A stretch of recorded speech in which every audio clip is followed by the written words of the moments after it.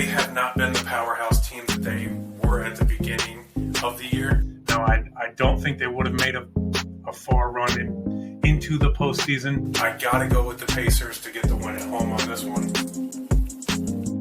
But all in all, it's the predictions that matter. I got to take the Bucks to get the win at home. I think they win 30-28. What is going on, everybody? My name is Corey, and welcome back to another Sports Beast prediction video. As you can see, I got Dominic here with me again. There was no Thursday throwdown this week because there was no Thursday game. So I figured this Monday game coming up, Browns at Steelers, would be no better way because those are our two favorite teams going head-to-head for the final time this season. So let's go ahead, jump right in, pick teams, and eventually Dominic's going to pick a punishment. You ready, Dominic? Yeah. Okay. Let's talk about the team stats. Obviously, these teams are very close compared to the beginning of the year when they were projected to be so far apart. Browns and Steelers actually are both about putting up about 20 points per game. Browns allowing 21, almost 22, and the Steelers allowing almost 25. Really, the only team stat that I really wanted to focus on, because I think it's going to be the major difference makers in the games, is the yards allowed.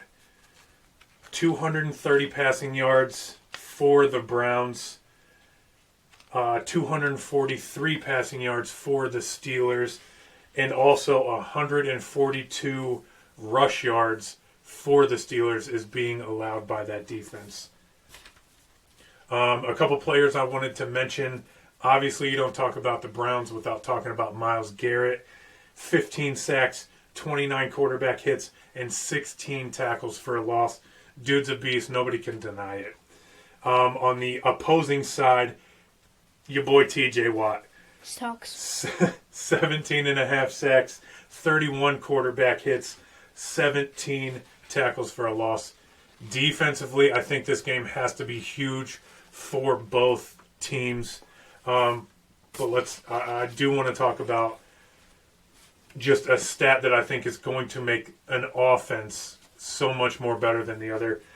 Baker Mayfield averaged 14 and a half yards per attempt when he was targeting Nick Chubb in week 16 against the Green Bay Packers. And 5.1 when he was targeting any other player. Obviously, both Baker and Big Ben are pretty close. Baker threw 3 less interceptions. 5 more touchdowns and, 500 or 600 more yards. Obviously, the rushing doesn't compare. You got Nick Chubb, probably the third best back in the league, going up against Najee Harris. And the receivers, really no big names on either team. Deontay Johnson, I believe that he has hit or is about to hit his 1,000 yard mark for this season. On the Browns side of things, Donovan Peoples-Jones is actually one of their better receivers, and he's a very athletic and smart person to have. As long as the throws are accurate and the receivers can actually catch the ball, I don't think it's going to be that much of a contest. I'm going to send it over to Dominic. He's going to tell you about the rankings. So go ahead, Domi. For the Browns, their offensive numbers placed 16th, and for the offense of the Steelers, it placed 22nd. 22nd. Go ahead. For defense, the Browns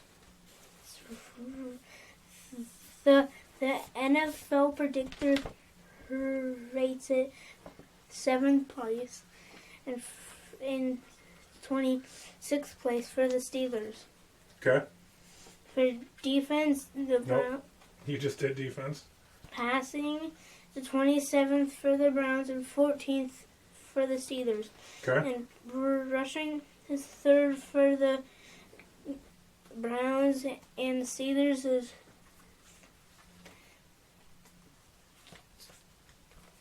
29th. Okay. So what that tells you is obviously the Browns with Nick Chubb have a better rushing game. We have a slightly better passing game.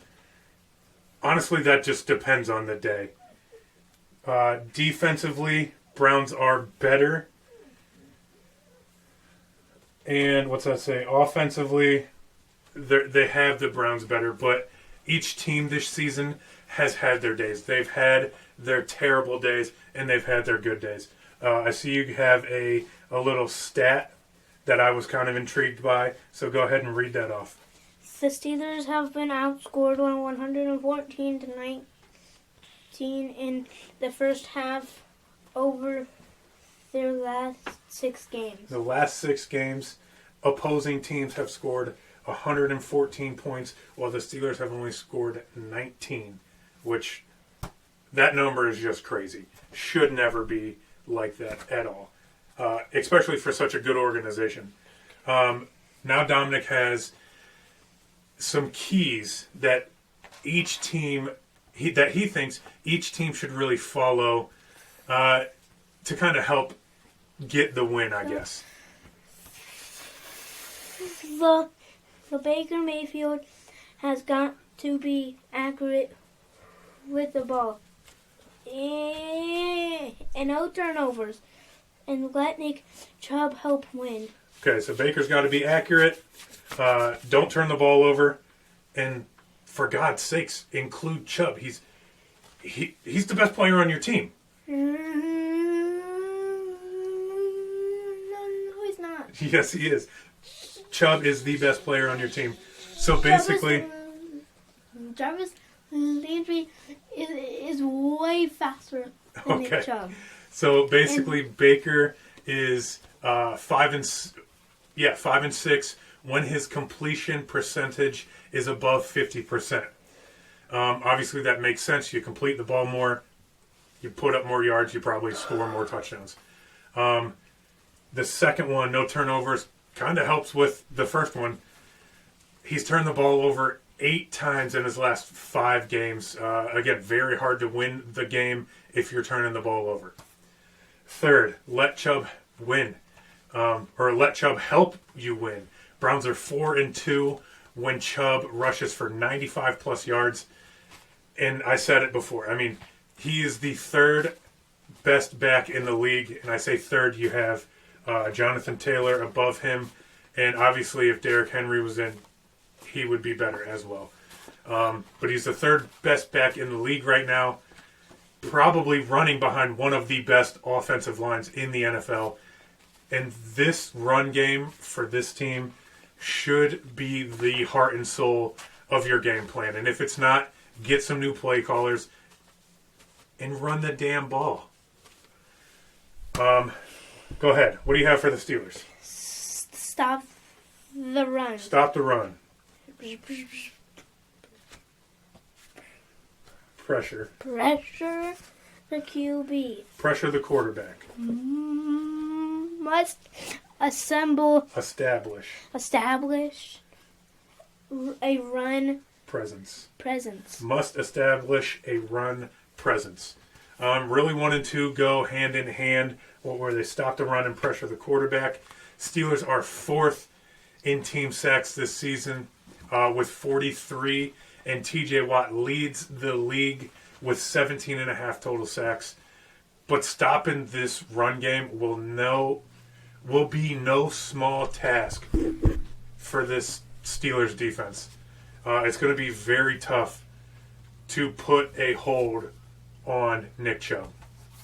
Also, Pittsburgh gives up the most rush yards in the NFL. So that's a plus for the Browns. And then obviously you got to try to have a run game for this offense to open up for Ben. Steelers are 5-1-1 when Najee Harris carries the ball 20 times or more. And when that slows down, obviously use the guy as a back in the backfield. They're very good, and that's what they love to do. He's a big back. He's aggressive, and he loves running through people. So let's go ahead and talk about the teams. No, punishment first. Obviously, the Browns and Steelers are playing. We are going to stick to our teams. It would have been a little more exciting before the Browns got eliminated out of the playoffs already, but everybody knows it's not going to be long before the Steelers hit that door as well. So, write your name under the Browns, Dominic. No, I changed my mind. Nope, we're going our teams. I'm going to lose. So he's writing his name under the Browns. I'm writing my name, or he is going to write my name under the Steelers. And because you've been so good at guessing the score, guess what the score is going to be. Steelers and the Browns. Okay, I don't know if that's going to happen. He doesn't want to pick the Browns this week. You think they're going to tie? Yeah, somehow. Okay, so what I have here is a bowl. There are a couple punishments left. Go ahead and put the marker back because there are only a couple weeks left in this season. And one of them, I know what it is, and I'm going to take that out. We're going to save this for next year.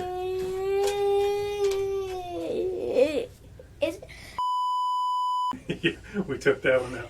Come on. Don't look. This one.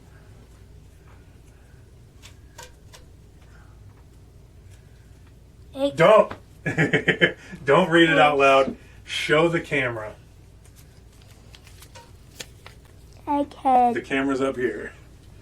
Egghead. Okay. So, that is what our punishment is going to be after this game is played. Get off the mic. After this game is played, we will record our punishment just as normal. So yeah, that's it. Don't forget to tune in to that punishment when that gets put up.